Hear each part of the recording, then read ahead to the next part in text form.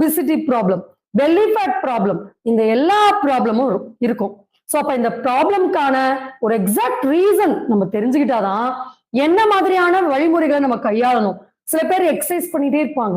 So exercise பண்ண அந்த ஒரு பர்டிகுலர் பீரியட் 2 மாசம் எக்ஸசைஸ் பண்றாங்கன்னு வச்சுக்கலாம். அந்த 2 மாசம் 3 மாசம் வெயிட் குறைஞ்ச மாதிரி தெரியும். அப்புறம் பார்த்தா திரும்ப வெயிட் போட ஆரம்பிச்சிடும். இதுக்கு என்ன ரீசன்? அதே மாதிரிதான் யோகா, மெடிடேஷன் இதெல்லாம் 3 மந்த்ஸ் பண்ணுவாங்க. சில டயட்டிங் 3 மந்த்ஸ் பண்ணுவாங்க.